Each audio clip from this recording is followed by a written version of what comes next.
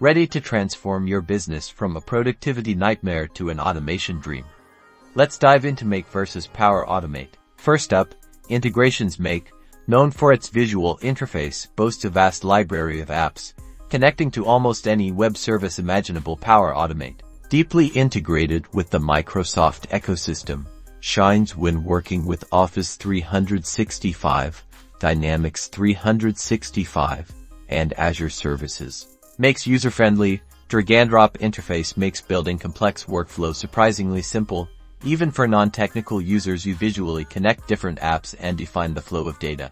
Power Automate provides a wealth of pre-built templates to quickly automate common tasks. Its guided interface simplifies creating flows within the Microsoft environment, but custom integrations can get complex. Now, let's talk budget. Make offers a generous free plan, suitable for smaller automation needs, with flexible paid plans based on operations. Power Automate's pricing is more complex, often tied to user licenses and the number of flow executions. Ease of use is key. Makes visual approach often wins here, allowing for faster prototyping and easier debugging. Power Automate can have a steeper learning curve, especially outside the Microsoft ecosystem.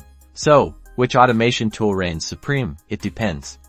Make is fantastic for diverse integrations and user-friendly design. Power Automate excels within the Microsoft universe. Evaluate your needs, explore the free trials, and choose the platform that best empowers your business.